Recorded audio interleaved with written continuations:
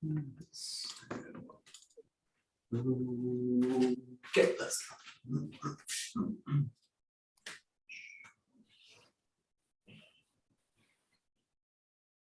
Right.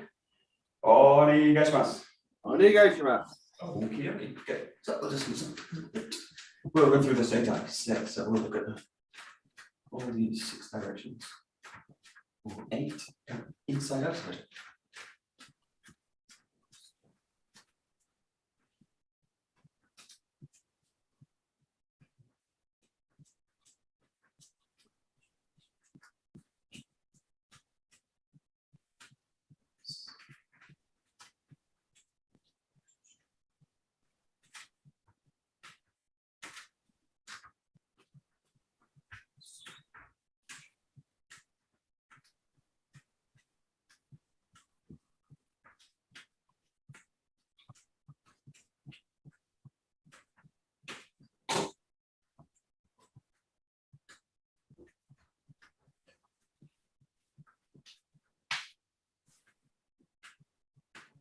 Okay, look a little bit front and back.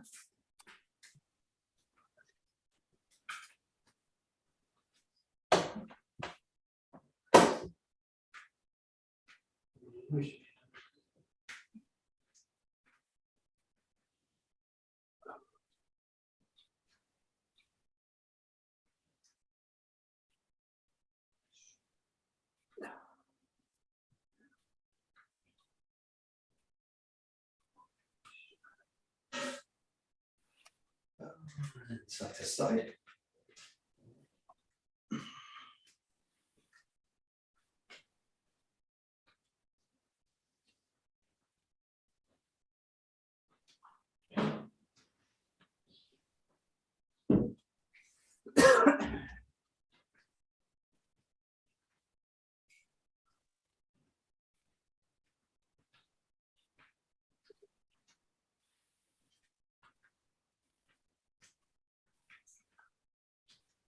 Just a gentle rotation.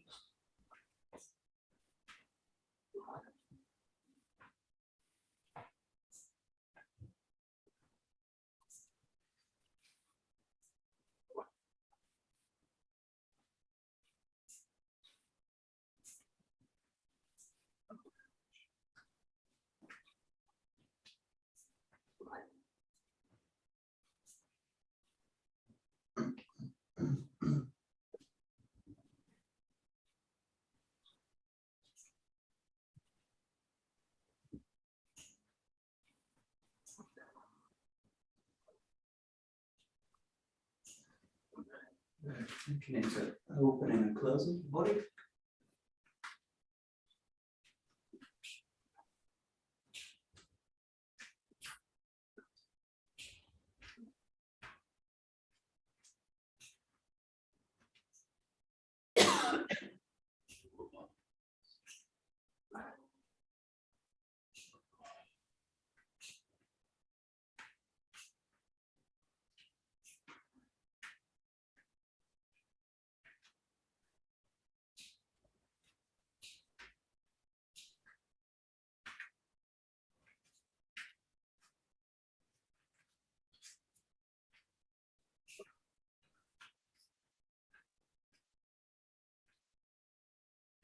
Just let the motion kind of follow any direction.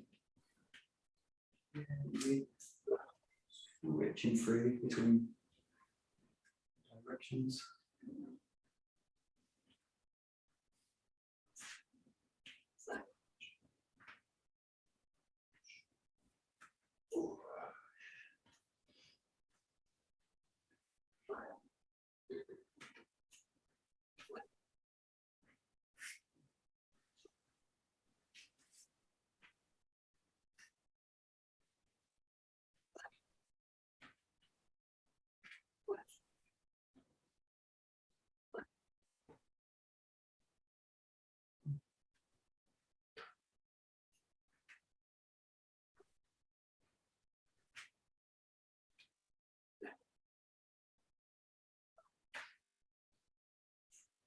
Right, you stretch right up, nice deep within, all the way up, and let it out all the way down.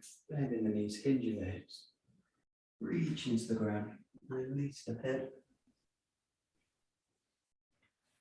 All the way up. Reaching rise up. Release.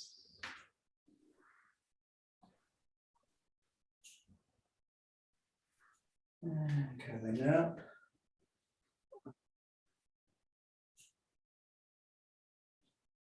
Release.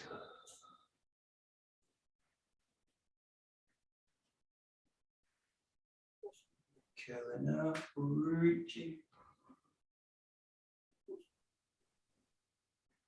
Release down.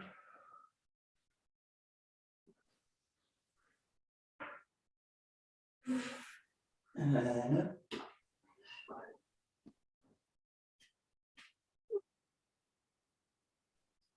And down.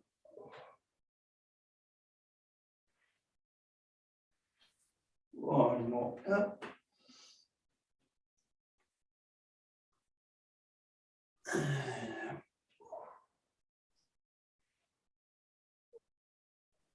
Release the spine towards the floor, the hands. You can relax the head, relax the face. Let the head just hang heavy between the hands. Slowly start to lengthen through the back of the legs. So you can release the shoulders out. Release the chest, release the lower back.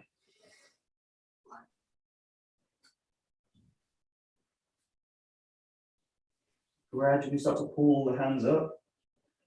Take them above the head. Just release out the whole spine, neck, head, shoulders. Gentle movements up and down, side to side, however you feel.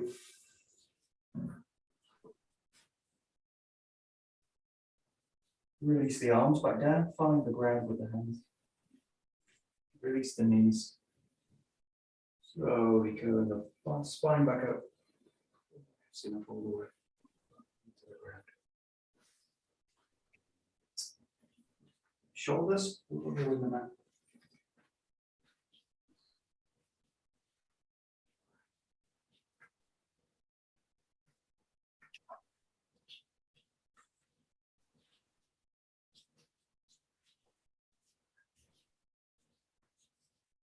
Change.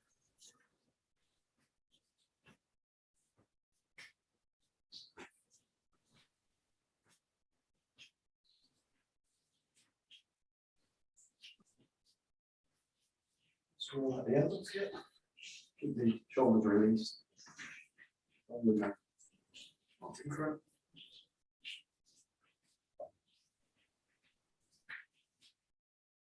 You can a little bit faster each time.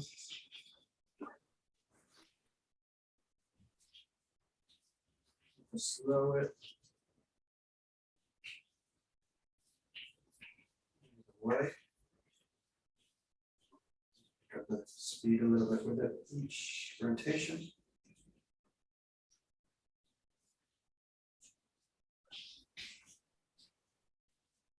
Drop it back down, slower.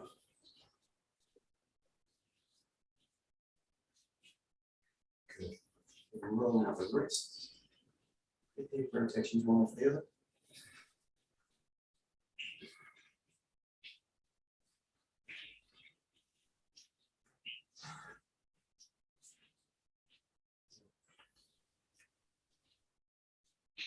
And change direction.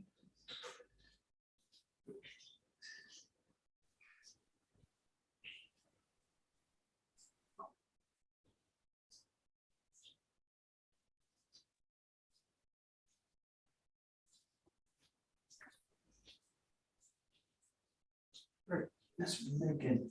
Taking the elbows back. The rotation. Release the knees.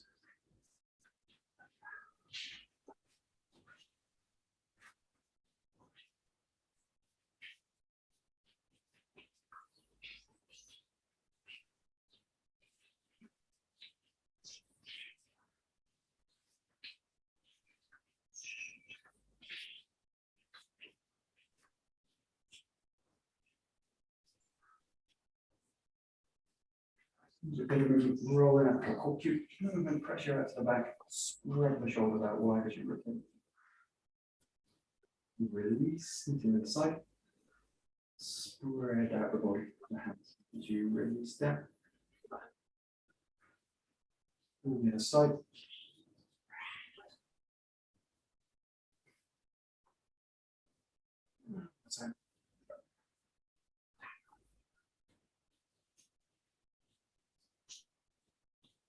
Great. Now you go to the hips.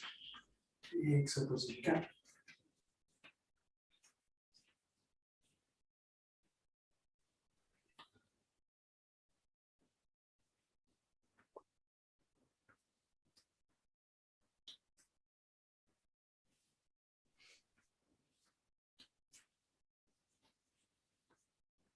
And change direction.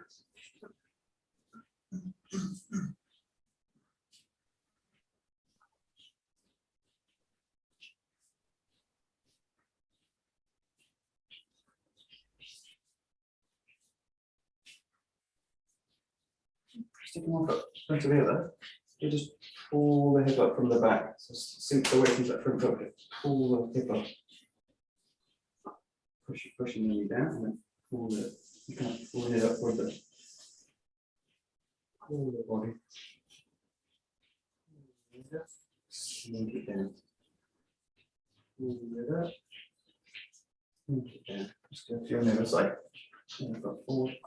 Find the ground that foot and then pull the hip up.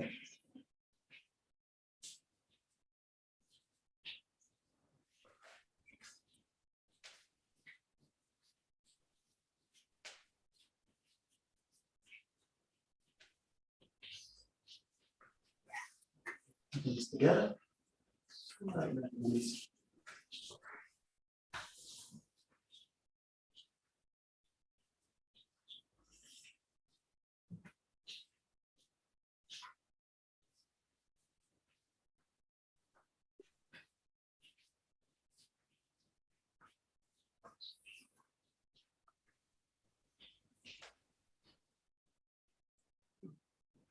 Rolling in circles.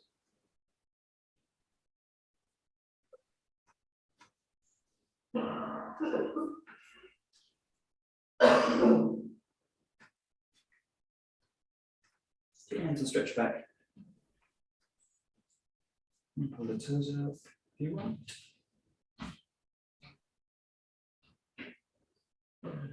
Placing the toes back down and then roll the other way.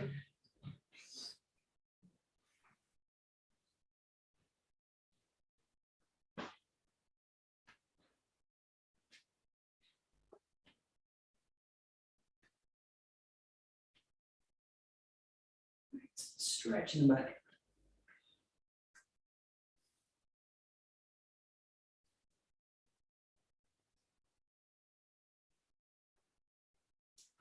Just rolling out the ankles.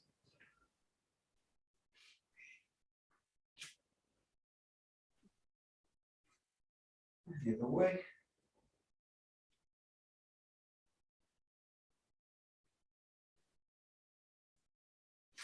Off the floor to the wrist as well.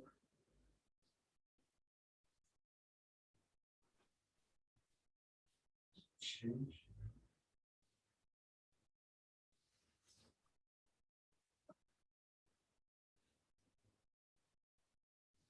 Pulling out, spreading fingers and toes on side. Release. Point out, pull the fingers and toes apart. Spread them out. One more time.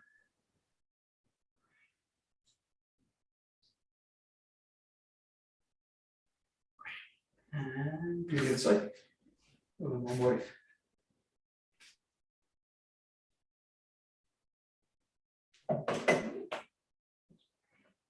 And change direction.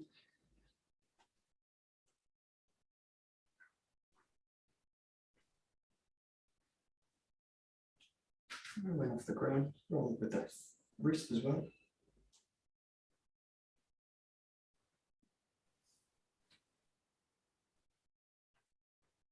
Change.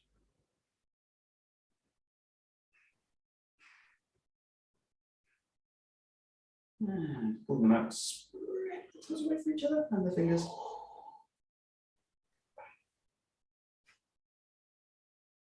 Release, spread the fingers and toes.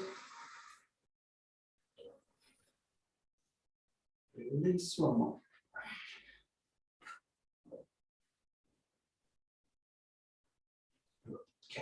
Okay, let's go a little bit wider, the toes pointing out, and just for the hip thing, this kind of sumo one. So you start with the hand on the hips, just trace the hand down, you lower the spine, keep it long, just reach down as low as you can. You get to kind of the inside of the ankle and the foot and the ground, keeping the back long, just go there, but just nice and slow, just kind of hinge in, hinge down, trace down the leg. Yep. Just do your own time. So nice lengthening through the spine all the time. Best way is just kind of have a sense of looking forward with it rather than looking down. Imagine you've got basically someone else, or you can do it to the screen. Imagine you've got somebody in front of you, basically, you should be able to kind of them doing it. So in a sense, keeping your awareness open, not down.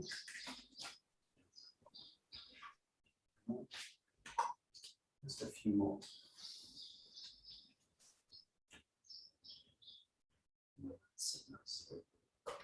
One more time, just hold it at the bottom of this one. You come down. Hold it.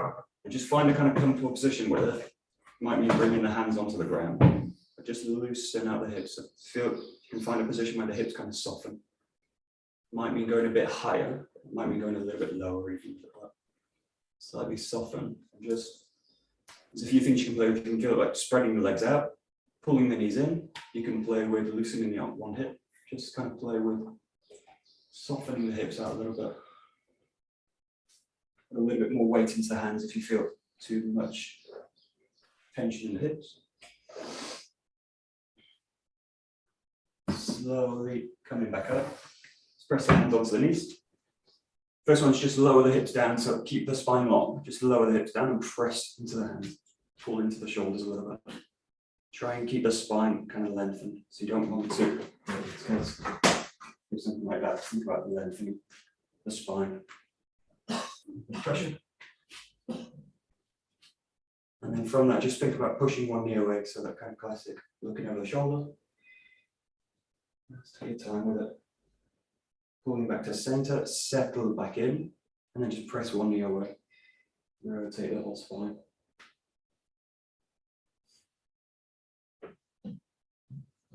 Just allow yourself to settle in between.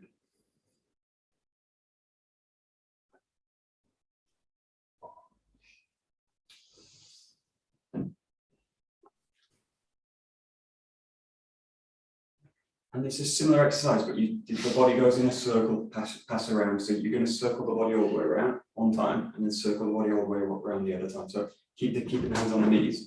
You initiate in the same way, but then you allow the body to drop towards the thigh, and then shift the body down, swing it down, roll up to the center again, and then you just go the other way with it. So you press, initiate that rotation, and then let the body pass through. You're kind of doing a big circle back with the head. Right to the top. Choose one side. Roll. If you feel if you feel any sticking points in the motion, just kind of run over them a few times. Like if you think about them sticking on that pathway, just roll over it a little bit. A few sticking points. So just a few at a time. Very nice. Good, great. Good.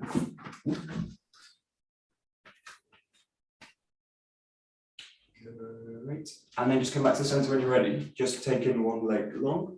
In this case, you can go towards the foot with the hip, or you can just take the hip a little bit further back. So in this case, we'll just go a little bit further back with the hip to lengthen it out.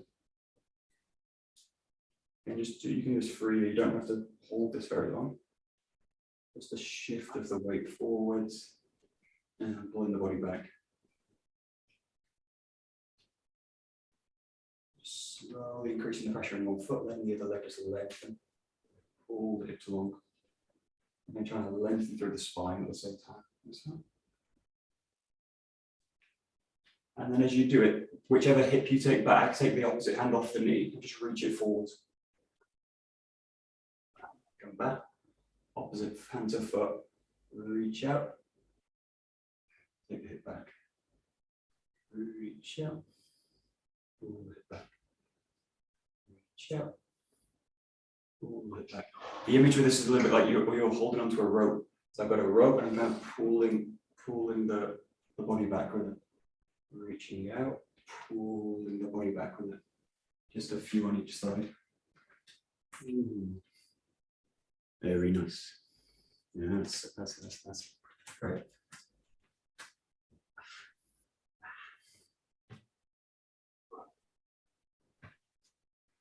And we'll just do one to finish. This is just for the whole body. Think that you've got a jo in the hand, so you're coming back to a standing posture, a little bit wide with it, with the legs, and just imagine you've got the pull with the jo, so you're just kind of rolling, opening up the body. So what I want you to really exaggerate it. Start from a standing position and think about bringing the body into 𝘧𝗪𝗏 with the body. You can slightly exaggerate it here. I'm really exaggerating, but just imagine that feeling of kind of drawing the body out. It's like drawing a bow, but we're doing it with the jo in this case. But this kind of feeling. So you're going from kind of neutral to full spread and big. Splitting, opening the body up. That's it. So with the imaginary jo, you do it with the imaginary rope. You do it with the real jo next. That's it.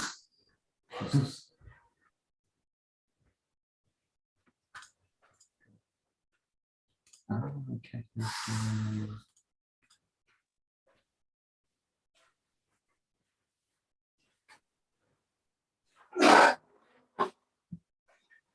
Okay, great. Okay, take your jo. We'll do the same exercise. With the jo.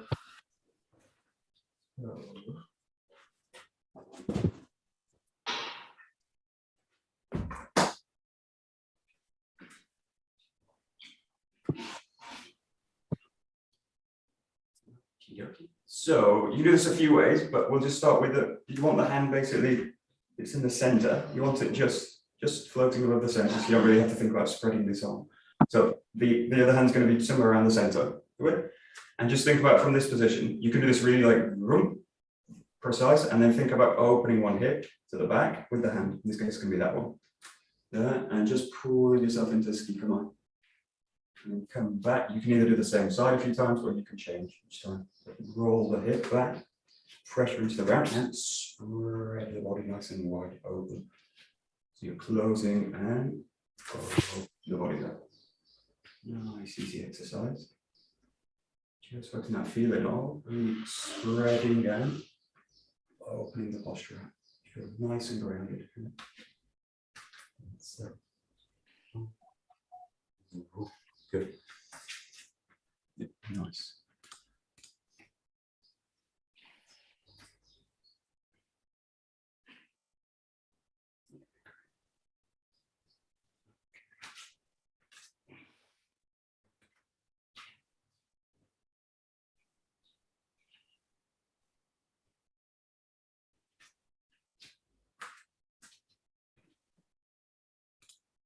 Yeah, so it's always difficult when you're working with an asymmetrical posture when we're the body is or the mind's trying to find like symmetry and balance. Just in this case, you just accept that you're asymmetrical. I mean, I am anyway, but in this case, watch for something like this. I go into an asymmetrical position, but I'm trying to kind of somehow hold myself in this kind of position. And in this case, my hips pull back and they're pulling kind of out of it. So if you look at that kind of position as you go in, think about really the hips really spreading and opening towards the knees and the feet. So as if you kind of really sat on a bridge in a cave. So you're trying to create a balance in an asymmetrical position. That is the issue with any kind of movement. That's asymmetrical. But the key things, think about balance within asymmetry, basically, which is the hips. And in this case, the knees are both equally relaxed, the hips are both equally settled, and the feet are both equally grounded. But they're just in an asymmetrical position. But there's no There's no focus on either side of the body in this case. Even though there is a focus on one side of the body, obviously you've got all the weight on one side of the body and you've got the one hand in front of the other. But try and feel as if it's totally balanced. Right. Yeah. Nice. Yeah, good. So the other one is also the shoulders. So watch the shoulders as you do this, because it's very easy. Obviously, again, asymmetrical. One arm's in this exaggerate, this position and this position. Want to stretch out. Try and have an equal feeling that both shoulders are basically open all the time. The tendency is that what we tend to do is like this one's cramped and this one's kind of overextended. So I'm in that kind of position. Now, if I look across my body, as I do that, this shoulder's forward, this shoulder's trying to pull back. So try and feel that they're just equally. The only kind of correction for this is just think about as you go from this position. If I'm already in this position, then I need to basically come back into balance again. So let the shoulders basically fall onto the sides of the body. And then as you go into it, see if you can maintain that this shoulder stretching back. I want to basically bring it back into the body this way. So just look, especially in this case with the shoulders. But again, very difficult because it is a asymmetrical position. Easy.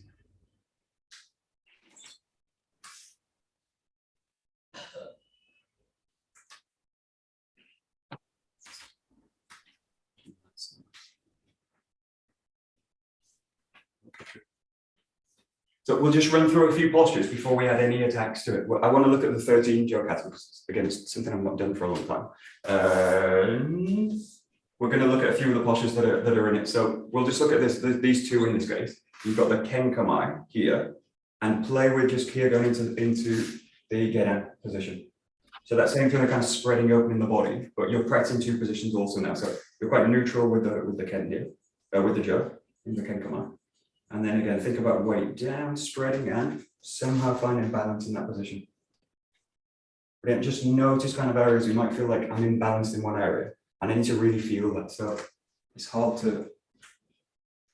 easier to feel than to see, basically. So I can't check the posture. I just need to feel that. In this case, again, the body's asymmetrical. I've got a slight lean in the body, but I want to feel I'm kind of balanced in the feet, balanced in the knees. And again, hips kind of equally open, shoulders equally in both positions, obviously. But the 𝘵𝘢𝘢𝘢's a bit more complicated in terms of position. Yeah, good.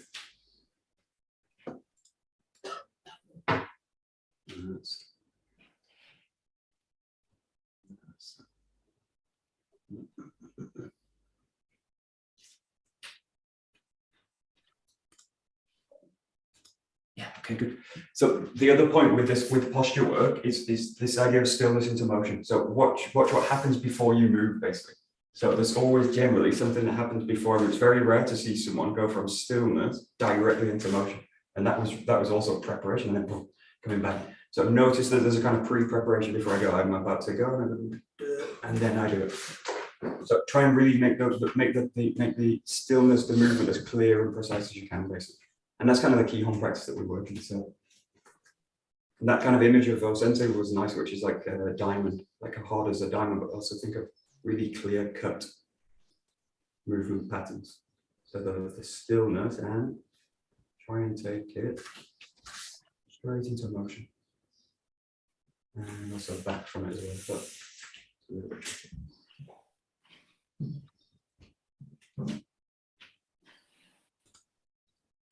So you've got kind of balance in asymmetrical positions, and you've got stillness into motion and back to stillness.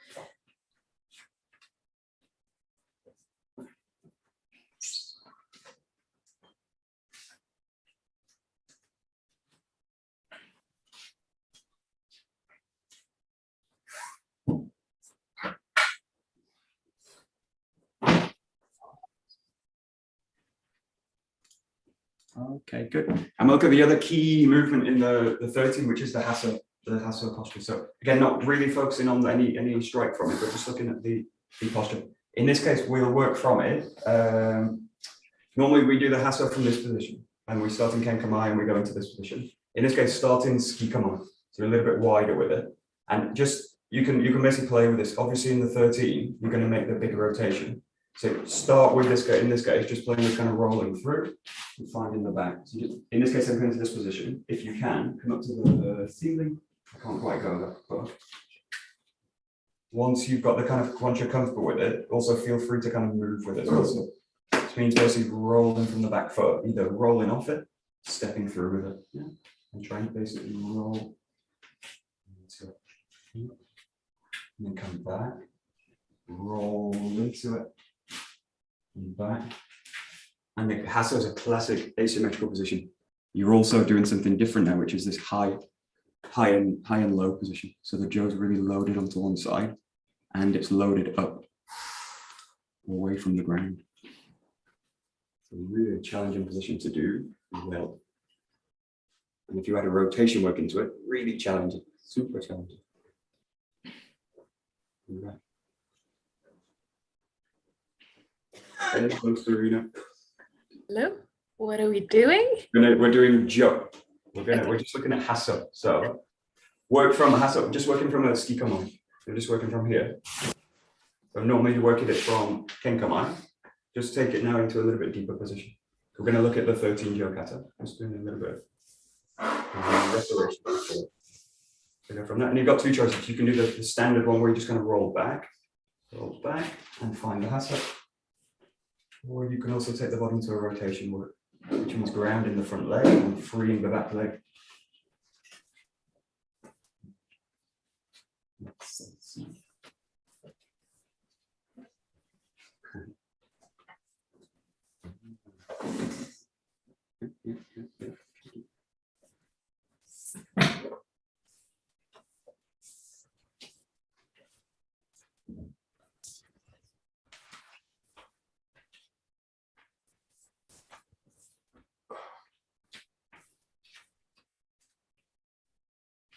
Okay, right.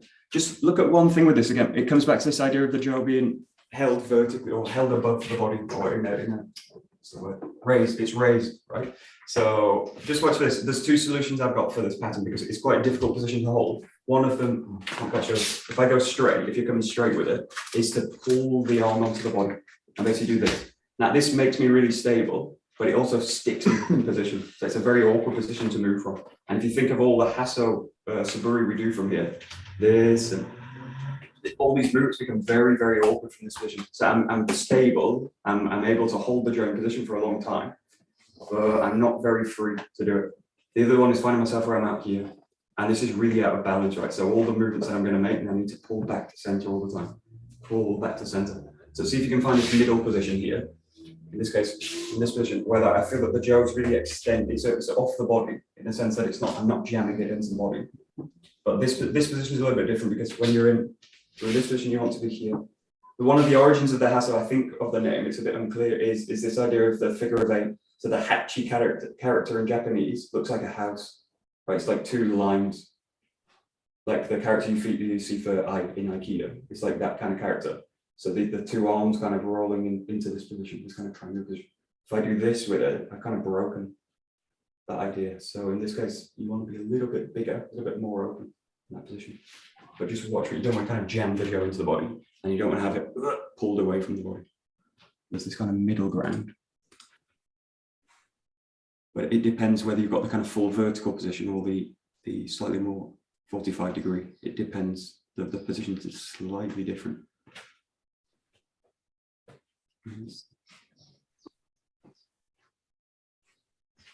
But again, the key thing is feeling balanced and feeling free to be able to move again. So yeah, nice. Great.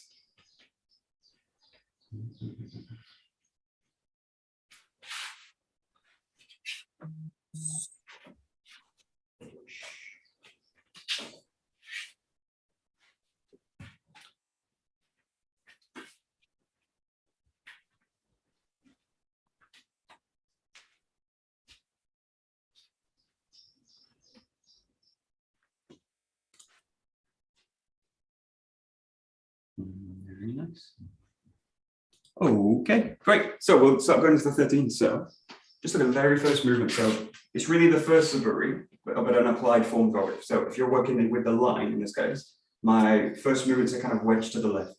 Okay, so it's just as you would do the first 𝗧𝗪𝗡 forward, but you're here and you just wedge the left foot out, and I'm wedging back onto the center line this way. Yeah. So if you find the line, see, so you can imagine a line on the floor. It's actually easier in terms of postural work. Find a line on the wall, which can either be a door frame or something like that.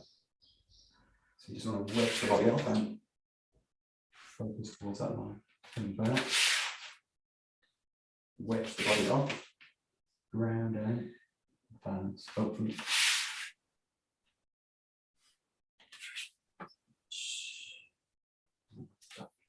Give it a try, just the first step.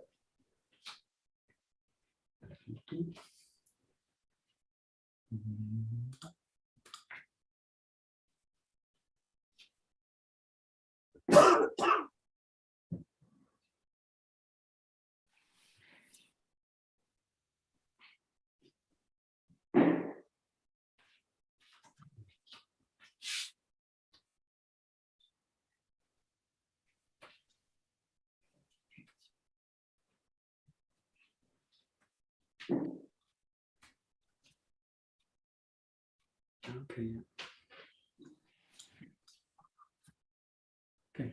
So there's a couple of interesting things here. One of them is the very first position. This actually came up when I was teaching yesterday in Serena's dojo, but it's yesterday.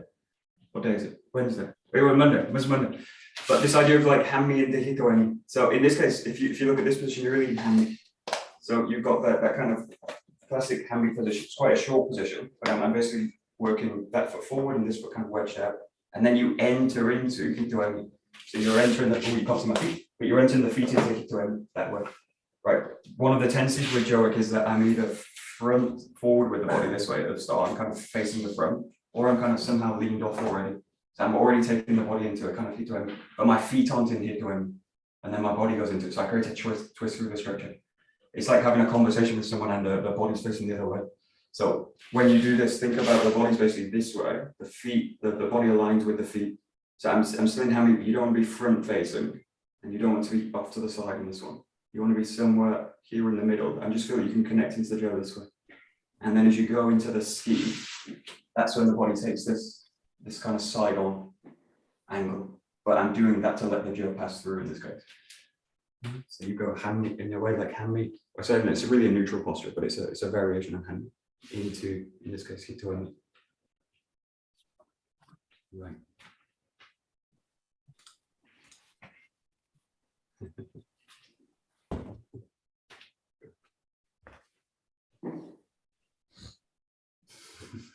Good. Very good. Very good. Nice.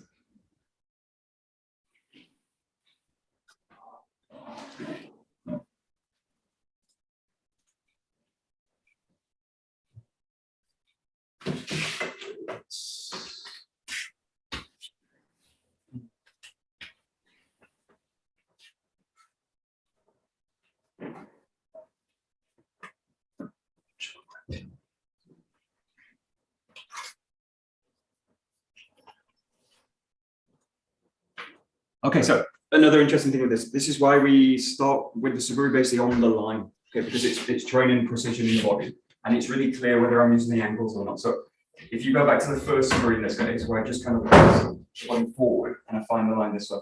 Now my body, in a sense, with the feet is just kind of wedged off the line.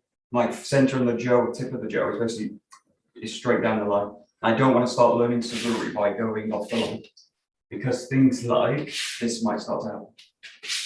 I start to wedge the foot off the line like this, right? And now my tip of the 𝗍 is here, and my hips are basically wedging this way. So again, I've created a kind of twist in the structure.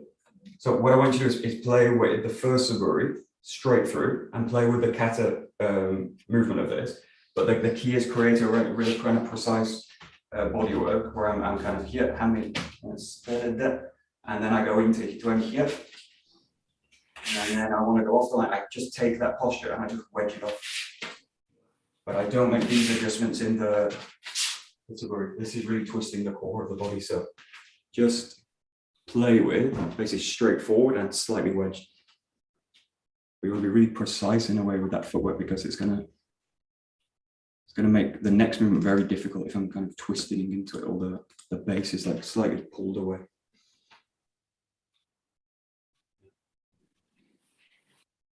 That's it, that's it, that's it. Yeah, good. That's it.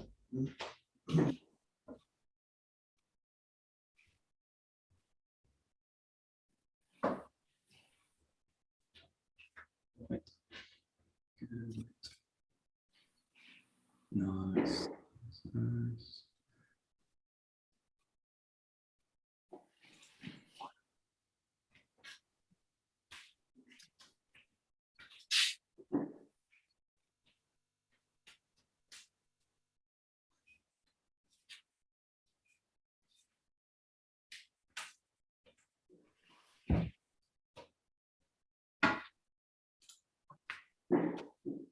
Okay, good. And then we'll take this to the second position as well. So it's going into 𝘰𝘰𝘬𝘦𝘬. So come back into the kind of basic kata, which is to come up to the wedge up to the left. Yeah, and then you're going to roll the hip through, find the 𝘰𝘰𝘬𝘬. And this one wedges off to the right in this case. So if you're working with a line, which makes it a bit easier, you wedge off to the left, attack towards that line, and then you wedge off towards the right and attack that line. Yeah, so this is ski into 𝘰𝘰𝘬𝘬. Ski to 𝘰𝘰𝘬𝘬.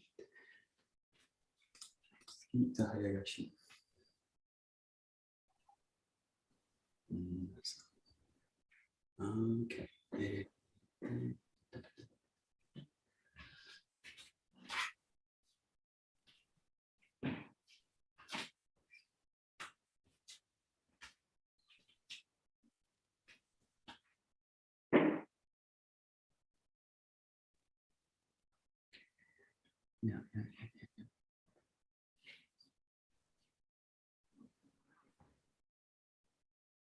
Yeah, good. Okay, good. So there's always kind of problems to solve in the movement. So, and there's always solutions for them which are like not so functional for the body. It solves the solution, but it doesn't actually give me freedom in terms of the body work. So one of the problems is this in the kata. I'm going to use a shorter stick just before the movement, but this. One of the problems is like if you imagine the Joe kata is actually against someone thrusting at me. The big issue with this movement is as I cross over the line, this elbow stays on the line. And it's very easy as I go through this motion for the elbow to get clipped as I go through to it this way.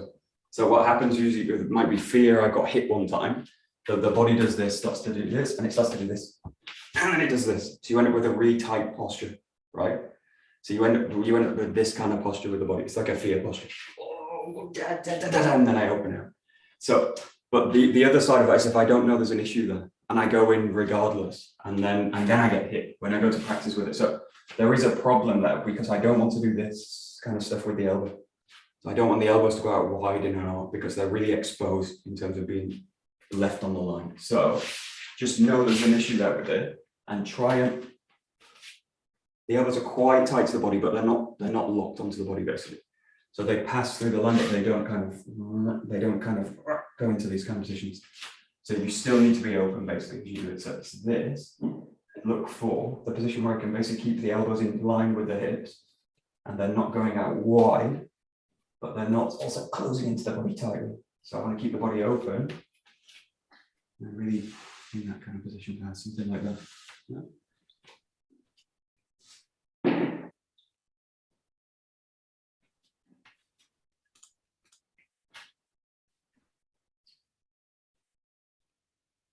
That's nice.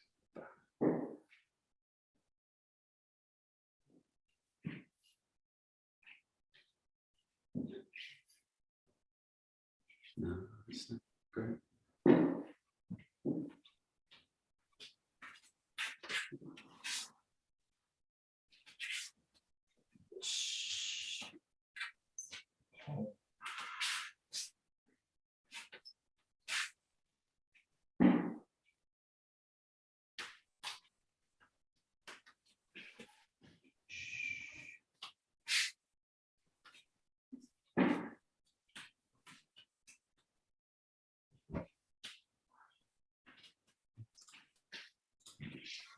Okay, good. So we'll look at 4 and 5 in this case. So just run through those. You've got 1. Oh, sorry, it's 3 and 4. Sorry, 3, 2. Come in here now. You're going to wedge back to the left side, but I'm going to bring the foot back into line with the front foot stays on the line basically this way, and I wedge the back of the body off the line. And then the next pattern for this is to follow this line with the ski. Drop in and find the ski. So you end up basically wedged to the right side in this case, just down the line, but just wedged. Okay, so it goes to the left, goes to the right. You go here off to the back left, but you wedge that front foot onto the line again.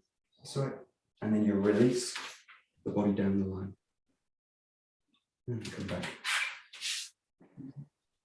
Go to 1, 2, 3,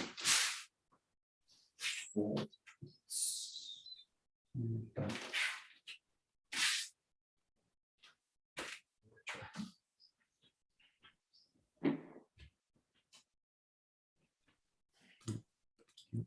Yep, good.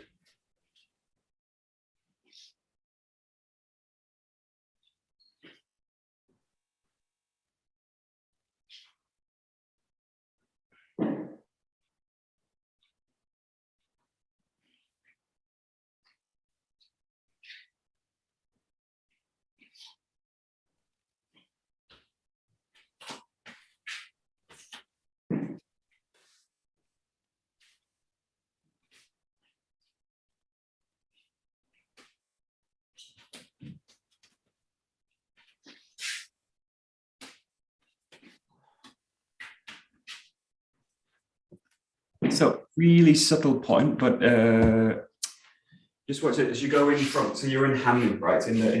You go from 𝘠𝘬𝘞 in terms of this posture into 𝘰𝘬𝘞 for the ski, into 𝘠𝘬𝘞 for the strike. And in this case, as I go back, the block is a 𝘠𝘬𝘞 position rather than a 𝘰𝘬𝘞 position, because my idea with the block is to really get underneath it. And my idea is to get right underneath it here. And I need the bodies basically lined up with the block this way. And then as I go into the ski, take the body back into 𝘰𝘬𝘞. So I'm looking to drive the body down the line this way. So that block is like a 𝘠𝘬𝘞 position, but it's a wide 𝘠𝘬𝘞 position. So that means I'm wedged in that kind of pattern with it, but I'm not in this case, that kind of movement with it. This is a really awkward position for the body to block in, right? So I want to be here underneath it. And then I take the body back into 𝘠𝘬𝘞 on that side of the body. So I'm basically the basic of that, not really the feet, how the body's interacting with the 𝘗. I'm basically strong behind the weapon here, and then I'm basically letting the 𝘗 do the work of the ski this way. So I'm reinforcing the posture behind the 𝘗, basically, which means you're kind of more in a 𝘠𝘬𝘞 position than a 𝘰𝘬𝘞 in that case.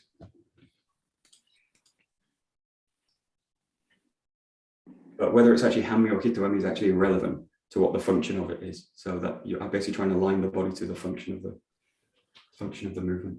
In this case, it's like a rising block. Yeah.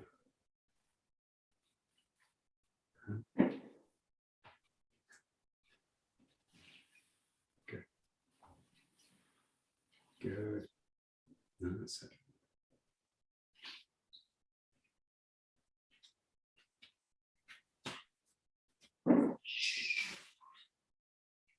Yeah. Okay. Very nice. Okay, and we'll do the hasso part. So let's see. We'll just do the 3 movements of it, which is going to be the ski on the right side, the hasso, and then the strike. Okay. This is in the kata here. Here, rolling in, find the hasso. In this case, you come up to the vertical if you can, and then you finish with the strike. So it's a kind of variation on the first hasso saburi, the roll and the strike. So hasso gaeshi uchi. In this case, starts with a ski.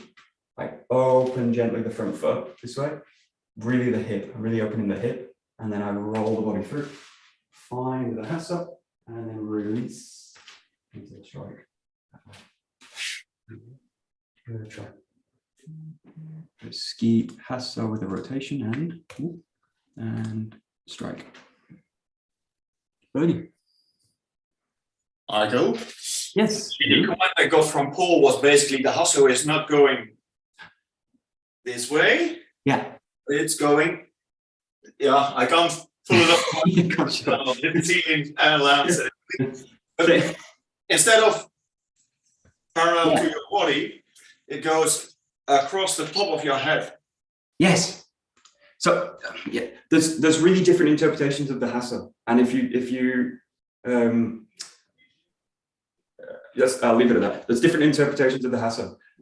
One of the interpretations you'll see all the time is this one, and then this one, right? I go to the side of the body and then I press down with it, and it's not wrong because it works as a, but it's two movements basically. That one.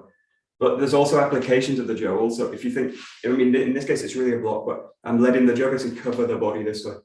So it's covering across the body this way, and that movement's happening with that movement this way. So there's no point where I'm going to go to the side and then kind of push it down in a way. So the movement, in a sense, when you do it fast or you do it in motion, is that it's going to kind of whip across the forehead that way, right? Because that's the path of the tip of the weapon if I'm to go from here to there. Unless I do it really awkwardly and I kind of do something like that. If I'm to pass that part of the 𝘵 to the top of the ceiling, it's going to pass over the forehead, right? So it does that kind of movement. Now, there's one application of the 𝗧𝗧 which I really like, which is where it's not a block, it's actually a strike. Where I'm thinking about taking, it's not very clear because it's red. I'm thinking about taking that edge of the 𝘵, and I'm looking to whip it across the forehead, basically to open up the forehead. So it's an application of the 𝘵, but it's in the basic pattern, right? So in short, yes, Paul's totally right. Follow that, do that, right? So that's the kind of path that the 𝘵 will take naturally if I let it go that way. If I'm forcing the 𝘵 into it and I think like I'm going to go here and I'm going to block, and it doesn't go fast either. It won't work fast if you do it that way. So this way of doing it's really the kind of natural path of the 𝘵. So.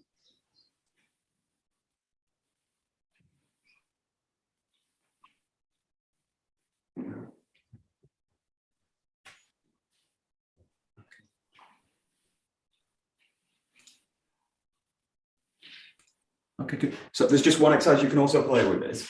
One of the problem solution is I'm thinking more about the 𝘵 than what I'm doing, but more about the 𝗧𝗧 than what I'm doing with. In this case, the 𝗧𝗧 is actually used against a ski coming towards the back of the spine this way. So the idea of this is if I start the 𝗧𝗧 here and then I rotate through to that, I've already been hit in the back, right? So the idea of this movement is I've got someone at the back, I rotate in, and then I finally connect to it, and then I strike again with it. So just one exercise, the last minute or so. Just imagine you've got someone in the room with a thrust. They can be behind you, they can be inside of you, they can be in front of you. But try and imagine that 𝗧𝗧 movement has a function, which is to block and protect the body. Now I don't need to think about blocking anything. I just need to think about passing the 𝘵 over the front of the body. And in the case of the rotation, I need to do it as I go into the rotation here, rather than before, because I'm still exposed basically. As I go through, does that make sense? Maybe not. Just imagine you've got someone thrusting at you basically in the room, or I'll do it from Zoom, like this. That's it. So you just position the 𝘵 basically between the body, and then you whip it around and you find the 𝗧𝗧. Yeah, right. That's it, Catherine. Yeah. Good. And when you see your sensei do these moves, it's like a whirlwind. It's this kind of movement. But he's kind of protecting himself all the time. And last few, and then we'll stop. Very nice. Oh, we'll stop on a good one. Very good. Okay, let's stop there. We'll finish the kata tomorrow. So let's see. Okay. Right. Domo arigato gozaimasu. Domo arigato gozaimasu. Okay, very good. Thank you very much.